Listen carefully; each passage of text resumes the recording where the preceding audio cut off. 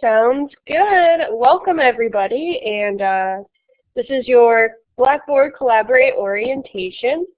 My name is Jen Rasmussen. This is my 4th semester here at SLIS. I am a student, and I have 2 more semesters to go after this one is finished.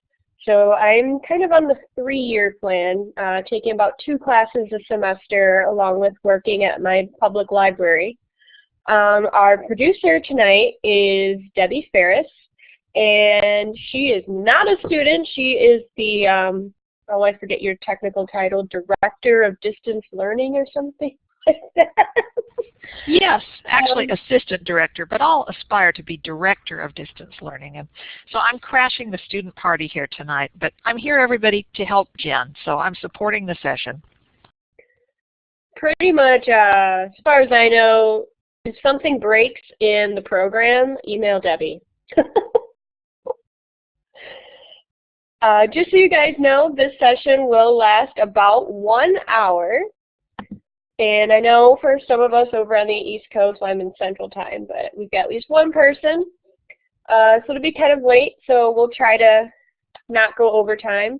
This session is also recorded, so you'll be able to access the recording, which will include audio, the chat, and all of the slides you see here. And you'll get the link to that later on, along with the keyword that I know you are all aching to get, but that's at the very end. So let's get started. If you have any questions throughout the session, both Debbie and I will be keeping an eye on the chat room, and so you can type any questions down there in chat. Let me get my little pointer finger here going. So down in the chat, we've all been kind of using that all throughout the evening already. And you can also raise your hand if you have a question and you want us to get to it right away. That's this little high five looking hand button right there in the participants panel. Why don't you guys go ahead and click that right now, try it out, and then click it again to turn it back off.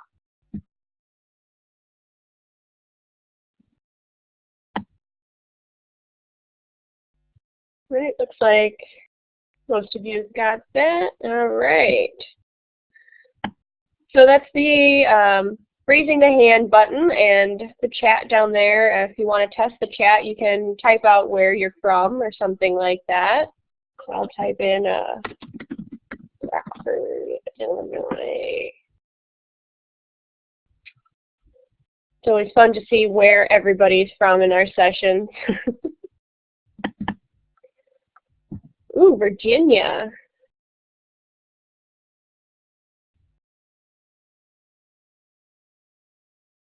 Excellent, excellent. All right.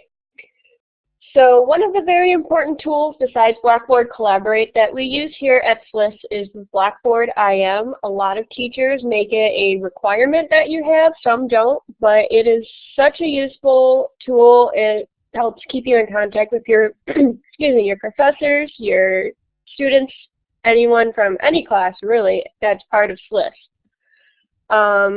So why don't you raise your hand if you've already installed it, and if for some reason you have not gotten your invitation to join, please let me or Debbie know and we will fix that.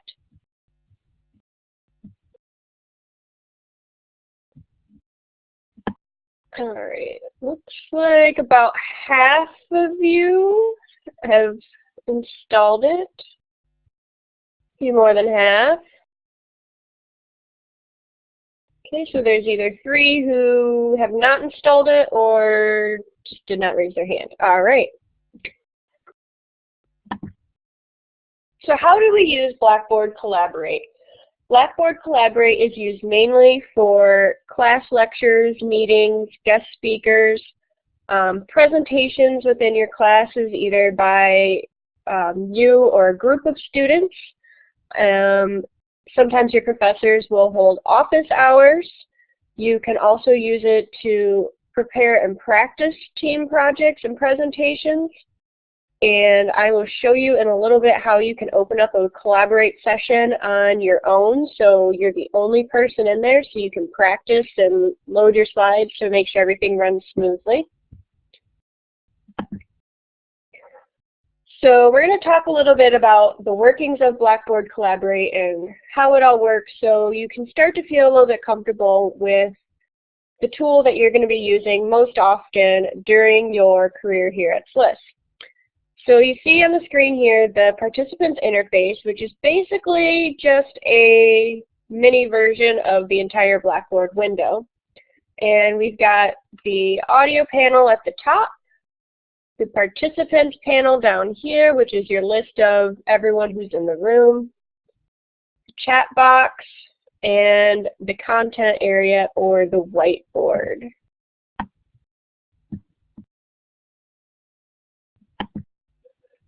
So let's talk a little bit about the audio and video panel. Up here is our lovely audio setup wizard once again, something that should be run every time you log into Collaborate, even if you seem to never have a problem. It just ensures that not only will people be able to hear you, but you can hear them and everything will be all hunky-dory. You can minimize and maximize by clicking the arrow here. Pointed inwards makes it smaller, pointed down will show you the picture of who is speaking at the time. Yes, Ryan Gosling joined. As you can see, he's not talking right now. The talk button down here, you can tell when that is active for you. If you do not have your microphone on, it's completely gray. When you do, the blue microphone will show up next to it. So if you're unsure if people are hearing you because your microphone's not on or if it's just not working, check to see if it is in fact on. Then next to that is the video button. You can use the webcam feature to stream video in the panel. Most professors don't use that regularly because it takes up a lot of bandwidth, but sometimes it's just fun to play with. The little button with the magnifying glass here is sort of a preview screen, so you can make sure that your whole face is actually going to be shown, or there's not a giant glare behind you or something. And the sliders here are your microphone and speaker sounds. The one to the left is your microphone, and to the right is your speaker. Pretty self-explanatory, I believe. So the next panel we're going to talk about is the chat panel. That one most of you kind of practiced with before we got started. One of the big things to know about the chat panel is it runs in a tabbed feature down at the bottom. You'll kind of see this little jut out that says room, and that's to show that you're in the main room. And if you wanted to send a private message to somebody, their name will pop up over here as a tab when you do that. So we're going to go ahead and practice sending a private message. To do that, up in the participants panel, you see the names of everyone. Double click on the name of somebody to send them a message. So let's all send it to the person below you on the participants list. So Allison to Amanda, Amanda to Brittany, and so on. And Victoria, go ahead and send yours up to Allison up at the top. And you'll be able to see that it pops over into a new tab below. If you do have another window open, watch for the little speech bubble where the people are. That'll change to a speech bubble if you have a new message. And make sure you are typing in the right box. Also, it's good to note that while the private chat is private between you and the other student and the other participants can't see it, moderators can see every private chat that goes through. So, for example, I have a long string going through mine right now of all of them going through. So I can see that you guys are in fact trying it out.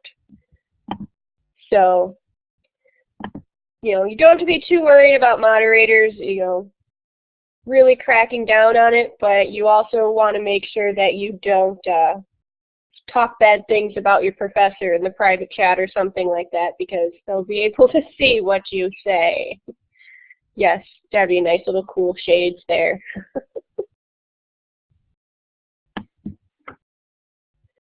So the participants panel, the one to close out of the private chats, if you hover your mouse over that little person there next to their name in your chat tab, it'll turn to an X.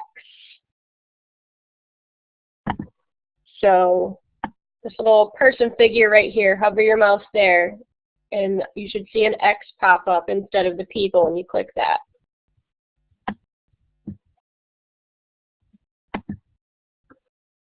All right, so the participant panel. This one, not only does it show you who all is in the room, but it has a lot of important features. You have the list of permissions up here. That's really not something you need to worry about too much at this point. That's more for moderating, but you can see what is enabled and not enabled for you. Then this little smiley face guy is emoticons. If you click that, you open up a menu and you can see smiley faces, LOL, applause, approval, disapproval. So it's sort of just a way to express how you're feeling at something that's going on. Debbie just clicked approving. So you guys can go ahead and play with that if you want. So anything I'm talking about, feel free to mess with and play with. The next one here, this little man with the clock by him, that is the step away or away button. You click that and a little red away appears next to your name. See, I just did it here on my name up at the top of the list there. It doesn't do anything to your session itself. It just puts that there so everyone else knows that you're not actually at your computer at the moment, so they don't try to ask you a question or something because they know you've stepped away. The next one, again, is the raise your hand button. Looks like someone giving you a high five. And then the little checkbox is the polling feature, which sometimes your professors and moderators will use that to sort of get a general feel for things. If you look right now, it's set to yes or no, and it can be changed to multiple choice too.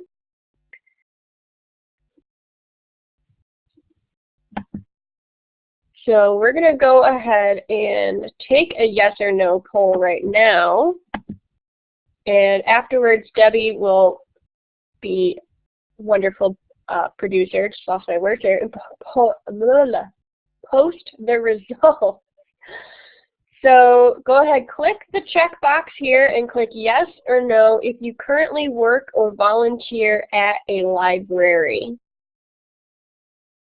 So we'll give you guys a couple seconds to do that. Looks like most of you. All right, so 8 of you said no, 4 said yes, and 2, that would be me and Debbie, did not respond. Oops. I do work at a library, so I guess I go to the little yes box there. So you can see here with the poll, it's a neat way to sort of judge where classes are in a certain aspect. So a professor might do this as in an intro class and might ask the same question, do you currently work at a library? So she gets a feel of where the class is in experience and everything like that. Sometimes I do it just for fun, Debbie, if you could change that to multiple choice, A through D as in dog, we'll get a fun poll such as this one. Which do you prefer, cats, dogs, both, or neither, as in, I guess you don't like animals, I don't know. I'm voting this time.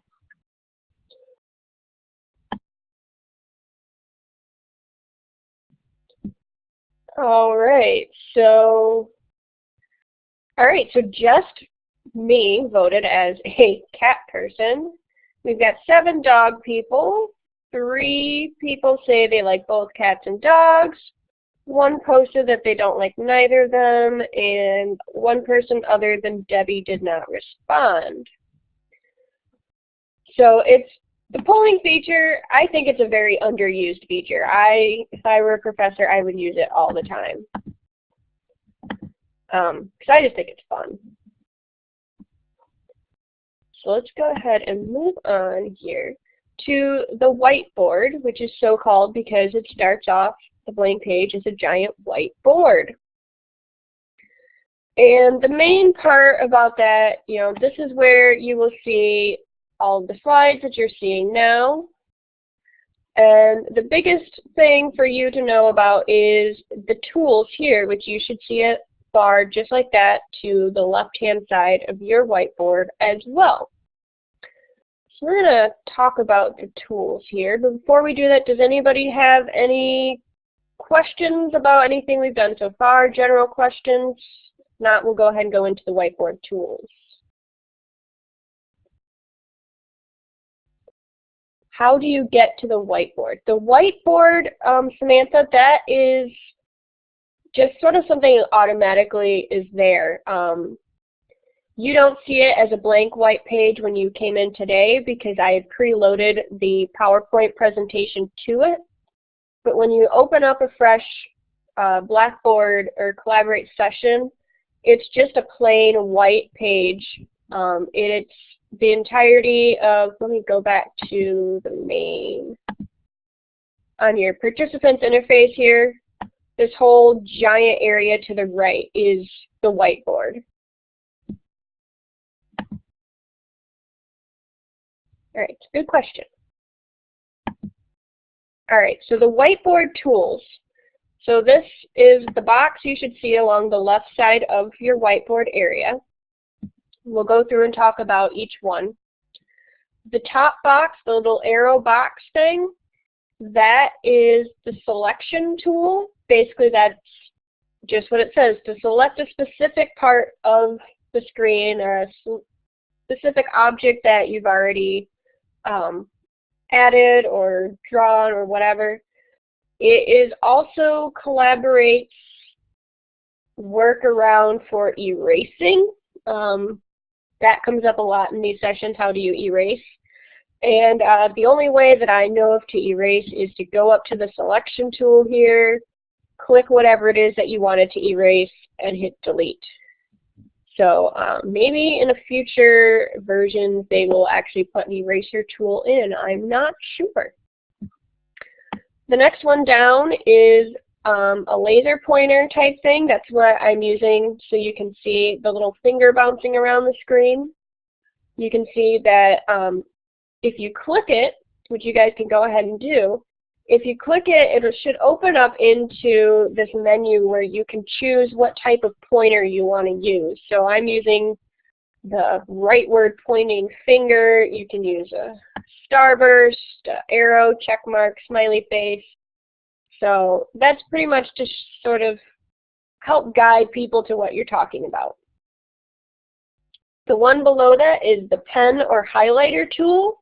You can use that to freely draw on or write on the screen. Be like using your mouse to sort of write. The first one here, the default one, is a pen. And if you open that and click into the other one, that is the highlighter. And you click on it. To activate it, you should get a box that opens up down below where you can change the color even. So you can take that and you can write on the screen, hi. You can draw little pictures, boxes, however good you are creatively at drawing with your mouse. Below that is the actual text box. Get my pointer back. So the text box, the first one here is more of a draw your text box size, fill it in. The single A is to enter in a single line of text. So if you just wanted to write in one quick word, you could use that. Otherwise, the A with the lines, you click and then you drag to draw a box.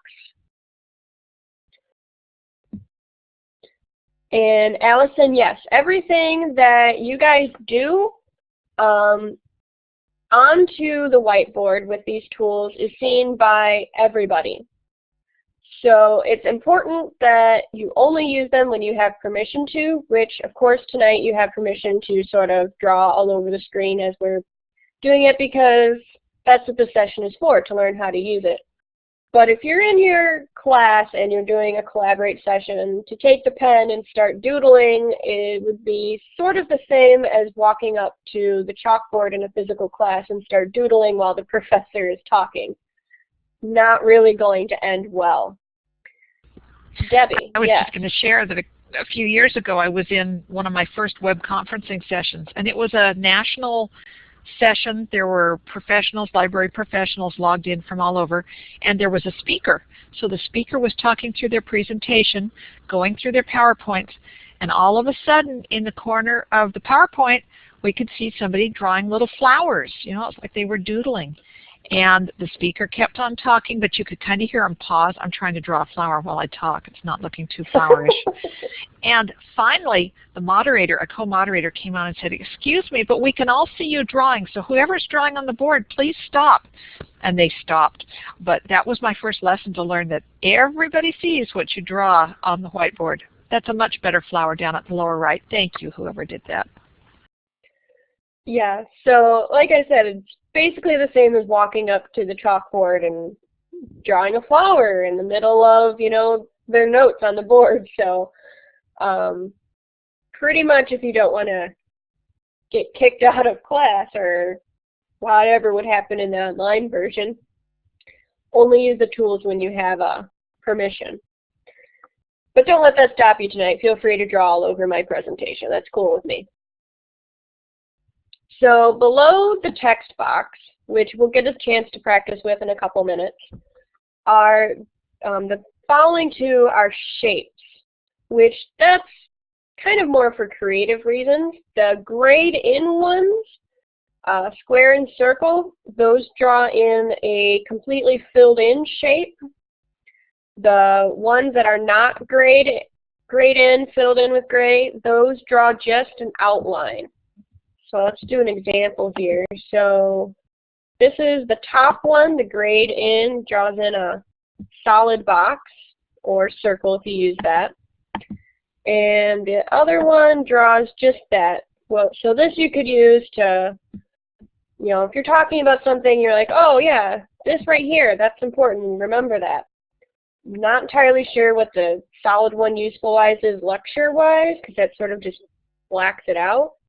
But if you're trying to do a drawing or something like that, you know, we find that useful. Down below that is, let's switch pointers here, this angled line here, that's to draw a straight line. So you don't have to try to get it right with your pen feature, just a straight line. And yes, Debbie, that is a good point. The doodles are anonymous. Nobody knows who is contributing what unless you take claim to it. So while we won't know who is doodling on our presentation, we will know somebody is. Below that, the little camera is a screen capture button. It works, but it doesn't really work all that well. There are easier ways to save your screen. Amanda, to get a circular shape instead of the box, if you click on the box just once, you should see the menu open up and you'll see the circle pop over. Click on that circle instead and you should be able to draw the circular shape.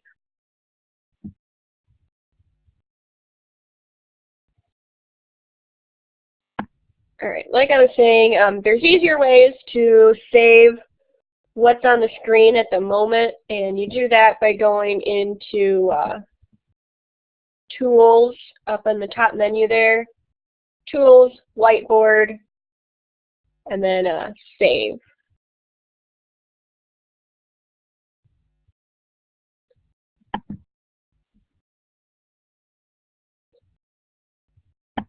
All right, so it's working now, Amanda. Good. The last box of there is the clip art box. And oh, somebody just added in part of their desktop. Interesting. All right. They tried the screen capture. Oh, is that what that is? Every time I try that, Collaborate completely like freezes on me, so I don't even touch that button anymore, to be honest with you. I've never used it. It is kind of a risky tool, so everybody don't try that one right now because you could cause problems in the session. But now we have seen one, so that's good to see what somebody tried it out and got it to work. Okay, let's see. Kathy says, in another Collaborate session, a participant mentioned being able to pull a slide into the whiteboard. What exactly do you mean by pulling a slide into the whiteboard? You mean like posting something you did yourself, or can you explain that a little bit more? Yes, actually it was in the internship presentation. They were listing a number of different people who had done some very interesting internships, and there was a list with some great information, and someone was able to explain how to, or they were mentioning how to pull that slide with the interesting information into their whiteboard so that they could save that particular slide. Does that make sense? It does. Yes and no. So maybe that means to save that slide so they could look at it later on outside of the session? Is that what you mean? That's correct, yes. Okay. Let's see. Fortunately, I am actually really bad at the whole saving thing. Debbie, you want to go ahead and take out the saving of the slides real quick? Sure. So if you wanted to save it either at the moment. That's okay. Everybody, if you wanted to save this lovely slide that we've got here, complete with somebody's partial desktop on it, what you could do is in that text menu at the upper left, go to Tools, and then Whiteboard down at the bottom. Wait, I'm sorry. I'm going to step back and start over again. I should have been like Jen and said, wait. Okay, starting again. Go with File. So you start with File and then Save. And from there, after File, Save, you can choose Whiteboard. And you can either save just this current page, or else you could save all of Jen's slides. And if you choose that, make your choice, and then click OK. And then you'll get the browse screen for where you want to save it. But when you're choosing where, be sure you look at the bottom of the screen and select that you want to save it in PDF format. Okay? So do not save it as a WBD file. That usually is what it defaults to. You want to save it as a PDF. There's another option there too, to save it as a ping. But anyway, that's how you save slides. And I know Jen's going to she's even got a good slide coming up later to talk about it. Okay, back to you, Jen. That slide may have been deleted from my presentation accidentally, actually. So that's why we talked about it right now.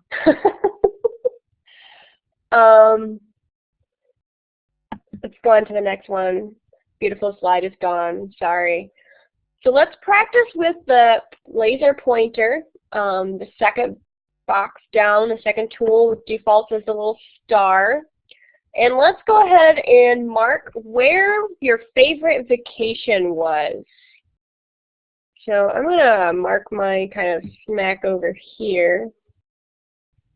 It's supposed to be southern Germany / Switzerland, but sort of takes over the entirety of Europe.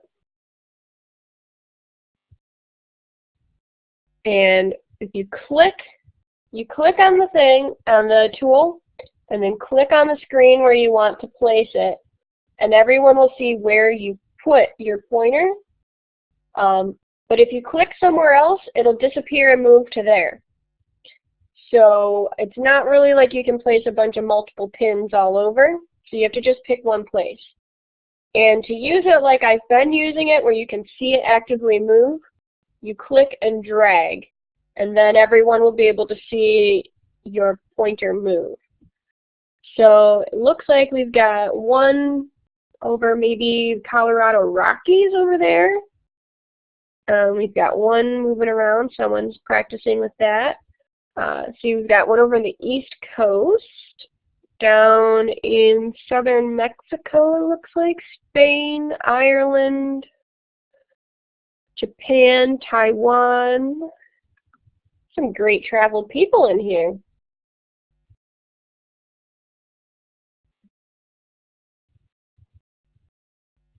Let's see, I've got another one popping up. It's that.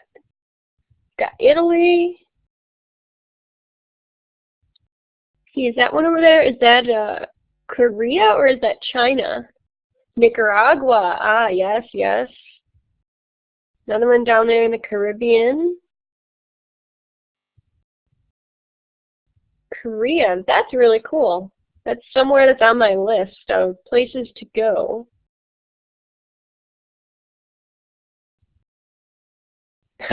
Yes, Debbie, South Korea, we hope. Although I would be interested in how you were able to get back out of North Korea, if that's where you were. All right, so we're going to have a little bit more fun with the whiteboard tools now. We're going to use the text box feature. Told you we were going to try that again. Ooh, you visited North Korea for a second. That's really cool. Is that like jumping across, jumping back? It's really neat. So we're going to use the text box tool. You can use either type that you want to do. Remember, the one with the lines, you have to click and drag to create your text box. The single A, you just click and it'll automatically open one. And type the name of one of your favorite books. I know many people don't have a specific favorite, but go ahead and pick one. Then go ahead and take the one above it, the pen highlighter tool, and highlight a title that you would like to read that someone else typed in. See, someone wrote in a picture of Dorian Gray, Hunger Games.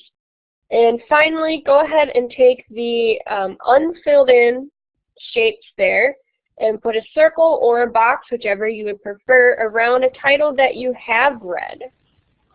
So go ahead and take a couple minutes and work with that so we can sort of just get a feel for how the text box and that works. 50 Shades of Grey. Jen? Good job in getting, yeah?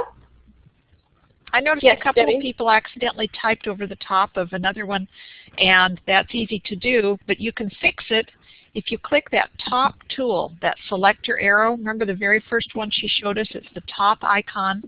If you click that, then you can click and drag and move your title to another part of the screen. So go ahead and try that, especially if yours is one that's right on top of another. Good. That's great. That's how yes. you fix it. Thank you, Debbie. Thank you. Okay, so we'll just take a couple more seconds to practice with that, and then we'll go ahead and move on. You guys will get another good chunk of time to practice with all of these tools in just a couple minutes.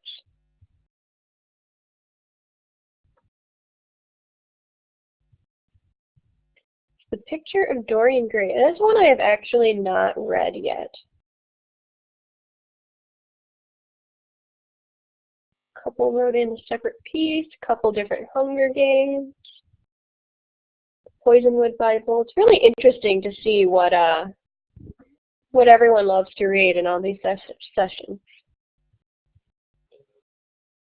Pride and Prejudice. Oh, yes. To whoever wrote that, are you aware that it's the, I believe it's 200th anniversary of Pride and Prejudice a couple weeks ago?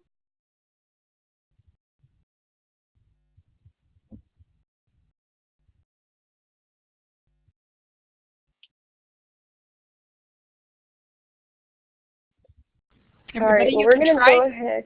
Oh, I was going to say you can try There's a Pride and Prejudice app? Wow. That's interesting. I'm not exactly sure what you would do with that app, but that's really cool.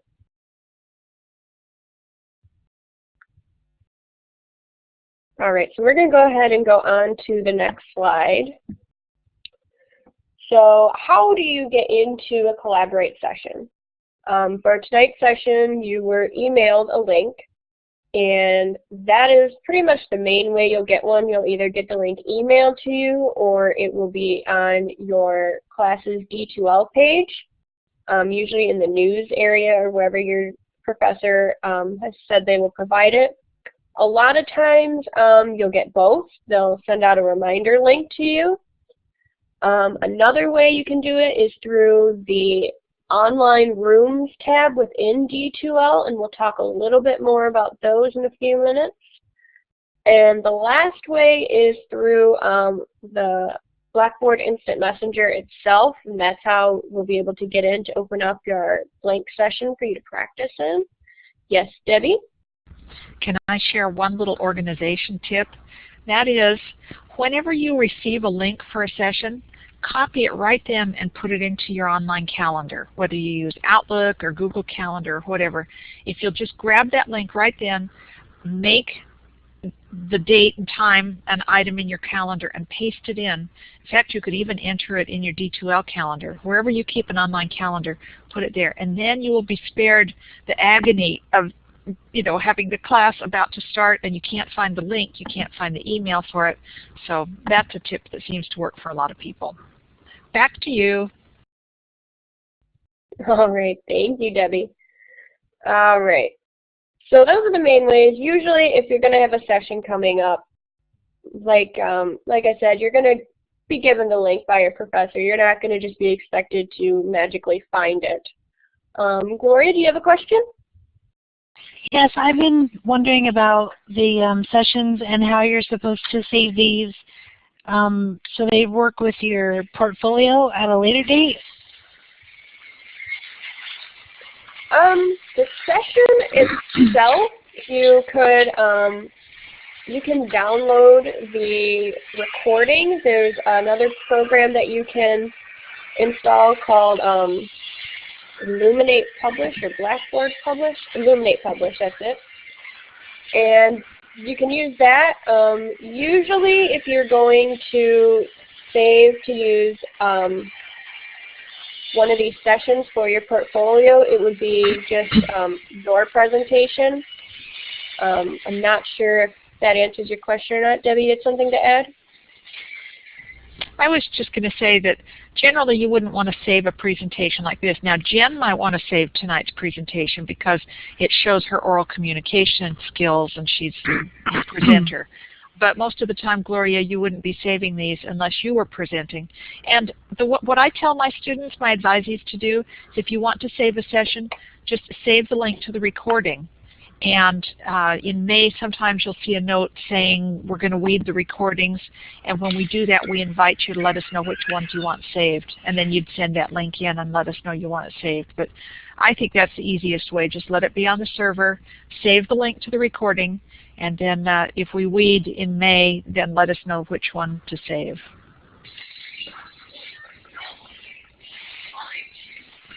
All right. Right, and Gloria, don't forget to turn your microphone back off. All right, setting up a session within Blackboard IM. The screen is pretty much works the same between Mac and PC. You can see the sample here is from a Mac by the stoplights up here. To open up a session within Blackboard IM, if you want somebody to come in with you, say you're getting ready to practice for a presentation you have in a few days, you would click their name. So we're going to want to invite Christopher here. Click their name and then click these little arrows down at the bottom. And that will open up this screen up here. And you can click launch and it'll open up something exactly like this for you and Christopher and anyone else you decide to invite. And you can see right here to add other users, you can type in their name or ID here. If you want to open up a session by yourself, say you're giving a small presentation just you, or if you just want to practice with the tools more, get more familiar with it, click one of these names here with the gray circles. The gray circle means they're not online currently.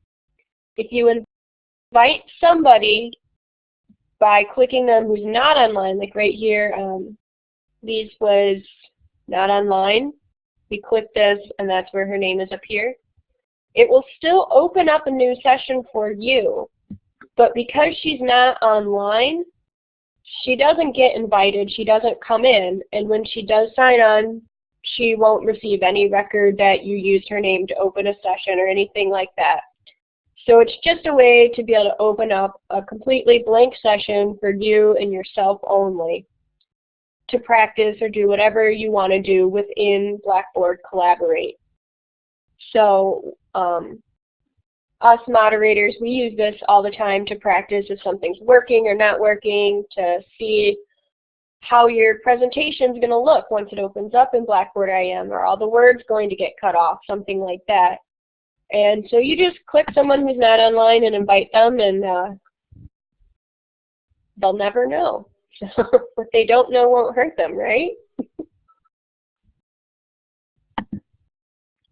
If you want to set up a session through the online rooms function in D2L, you can do that as well. And your D2L room should have online rooms on them. I see it right there, it's labeled online rooms. And as you can see when I took this screenshot, that there currently are no available rooms. So in that case, you need to create a new room. So you click New Room, and that brings up the form you fill out to create a new room. And the important ones to fill in are your room name, start date and time, end date and time, and it tells you right there what time zone it's working in. And down here, you want to make sure you add in attendees, anyone who is allowed to access the room. So if you want to be able to have Joe in your 203 class also access the room you created, you want to make sure you add Joe down here in attendees. If you want it to be just for yourself, you can leave it blank. So you fill in all that, hit submit, and when you get back to the screen, you'll now see that the room has been created, and if it's open, depending on what time you made the start date and time, join will be available. One thing to note about the D2L online rooms is it will open up in our older format, which, Gloria, you'll appreciate this, it'll open up in Illuminate. And Illuminate works the same way, it's just set up a little bit differently. It's the older version, it's just what online rooms use. Our whiteboard tools are over here now, and instead of being in little pop-out menus, they're all just separate on their own. The participants panel, instead of having your raise the hand button and such above the names, it's now below the names. And then your audio box is automatically at the very bottom of the screen instead of the top.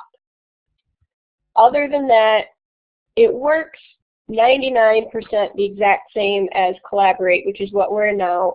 It just, you got to get a little bit used to the different layout of it.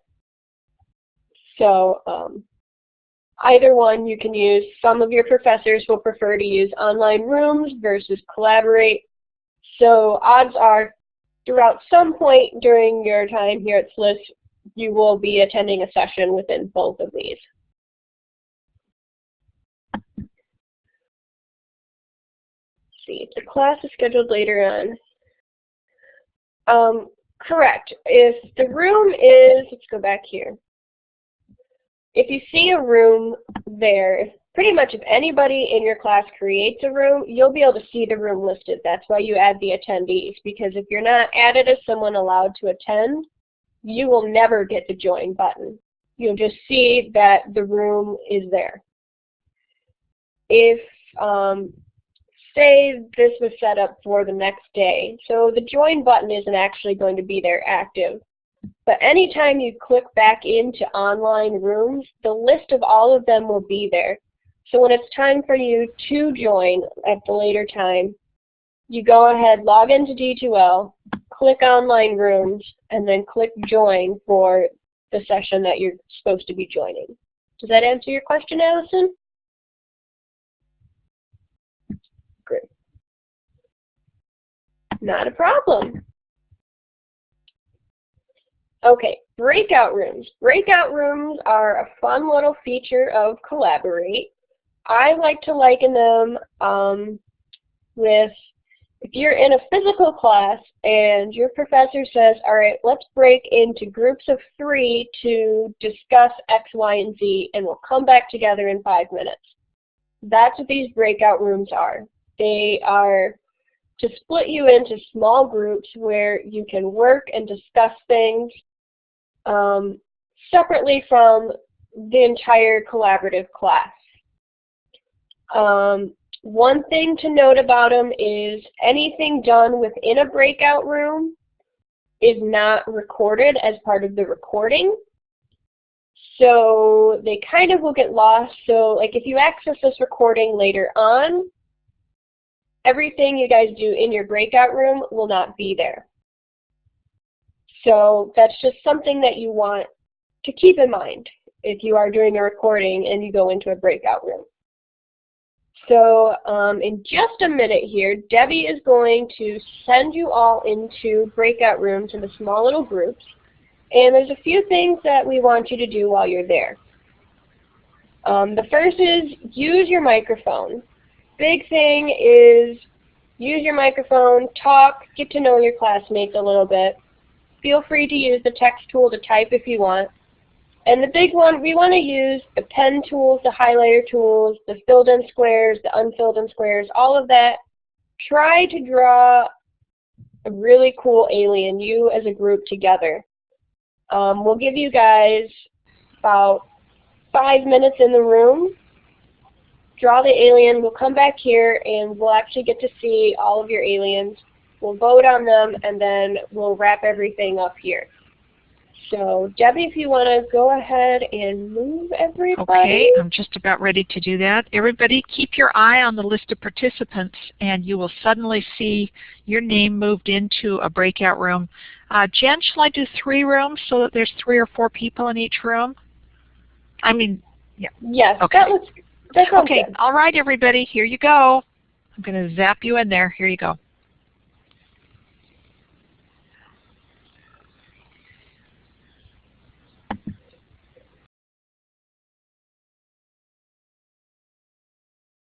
Push. All right. So, looks like A was our big winner here. Oh, sorry, Debbie, I lost your posting, your poll posts there. A had, looks like 7, it shows on my screen. B had 1, and C had 2. Yes, Invader Zim won. All right, so room A, you guys win the Real Pulsar Alien Award.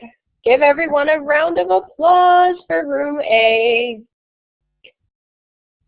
So, yeah, I guess you also get bragging rights. Allison, did you have a question? Oh, you were trying to applaud. Okay. I could see, you know, you try to give them a high five, actually raised your hand. We'll go with that one, right? All right. If during your time here at FLIS, if you're having any trouble with Collaborate, getting into Collaborate, setting up rooms, online rooms, anything fun, technical, and all of that, we all know technology loves to be evil. Visit us in the Dropin Center. And you get to that by in your Blackboard IM, click the School tab up here. Normally you're in either Contacts or Classmates. Click the School tab and you'll see the Collaborate, Illuminate, Dropin Center here. If one of us is in there staffing it, me, Debbie, the other Collaborate assistants, we try to be in there as often as possible, and I believe Jamie is actually in there right now if anyone wanted to look. Yes. So you see in this example here that the Dropin Center is offline. It won't let you enter it if you're there. Oh, Debbie's in there right now. All right. When it is staffed, as in right now, you can go to School tab and double click on that, and it'll take you in, and we'll be able to sort of technically troubleshoot with you. So it's a great thing to try to remember that you have. Also, if you have any questions, you can always ask your assistants in your rooms as well, in your classes. So a few quick tips, and we're almost done, I promise. Wired connections are best. Like I mentioned before we started, my router is currently in the middle of dying. So a wireless connection might not always be available or reliable. But if you're plugged directly in, odds are you're not going to lose your connection. Always try and log in 10 to 15 minutes before the beginning of a session. And that's just to be able to run your audio setup wizard, which is number 3. Or backup option. Oh, yes, yes, my backup option. Yes, Gloria, my using of my neighbor's Wi-Fi. So you'll want to run your audio setup wizard, make sure everything's working, make sure your connection's good. And if you log in 10 to 15 minutes early, any kinks you need to work out, you can hopefully get worked out before the session starts and you're not going to miss anything. 3, like I said, always run audio setup wizard every time you open Collaborate. 4, try and keep the chat on topic. I know sometimes it's easy to get sidetracked. We all do it. Just sort of keep in mind that the person presenting is trying to keep an eye on the chat for questions or things like that. So if they're suddenly seeing a bunch of off-topic things, they might get distracted themselves, and then, well, I don't really know what will happen if they get distracted. They'll probably join in your conversation, but it'll make your session last longer. Number 5, when you're done speaking, turn off your microphone by clicking Talk Again. There is a setting that only allows so many microphones to be active at any given time. So if everyone forgot to turn off their microphone, it's possible that your presenter or your professor will not be able to turn theirs back on. So that's real important to always turn your microphone back off. Use the whiteboard tools only with permission. Like we said, everybody can see you doodling on the presentation, and we don't want to doodle during the middle of a lecture. And finally, have fun when you're in a session. Get to know your professors and your students, and you're going to have a great time. Collaborate is the closest to a physical in-class meetup as you're going to get with an online environment, and it's a great way to meet everyone in SLIS. So without further ado, we are going to have you take a small survey. It's only 8 questions long.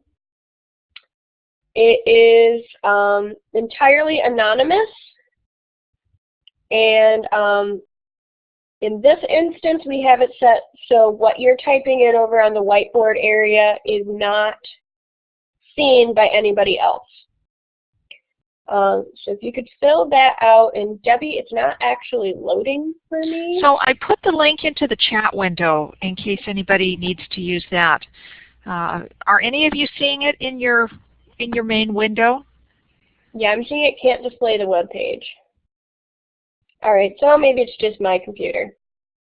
All right, okay, if it's not posting over in your whiteboard area, click the link in the chat box, And after you finish filling it out, if you could please raise your hand, that little high five icon up there, so we know that you're done.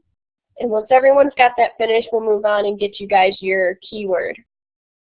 So we're just going to give you guys a few seconds to go ahead and, well, a few minutes really, to fill that out as necessary, and then raise your hand once you're done.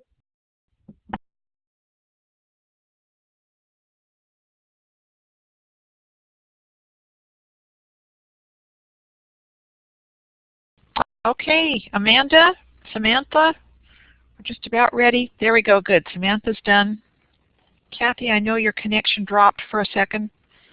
Here's the link to the survey. If you want to open it up in another window, then you can finish it up in a few minutes.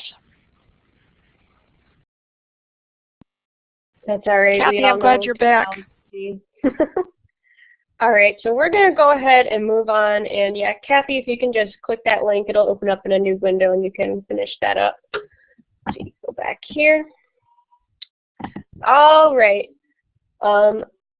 Make sure you always properly exit your Collaborate sessions,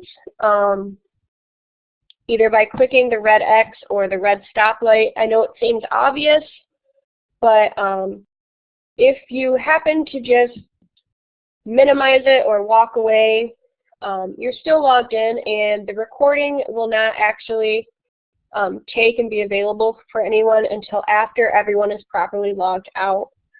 So if you could always make sure you always use either the red stoplight or the red X, that'll keep us from having to come back in here and manually remove you from it, making us feel like bullies. We don't like to feel like bullies. So what you've all been waiting for, and I'm sorry we went a little over for you guys over on the East Coast, but here is your keyword, your session keyword is classroom. You're going to want to write down that word, and my name is Jen Rasmussen. That is what you're going to need to turn in for, I believe it's Unit 4 in 203. That is pretty much, you just need to prove that you went to one of these sessions. So you need this information right here, especially the keyword. Debbie just posted the link where you'll be able to get to this recording in about 15 to 20 minutes and watch it again if you need to. Please don't share this link or the keyword with anybody who was not here tonight, because we don't want anyone unfairly getting the keyword without actually attending a session. And if you have any questions, Debbie and I will be here for a few more minutes. Otherwise, you guys are all free to go. Thank you for a great session, everybody. And thanks to you, Jen, for leading us through it. Thank you.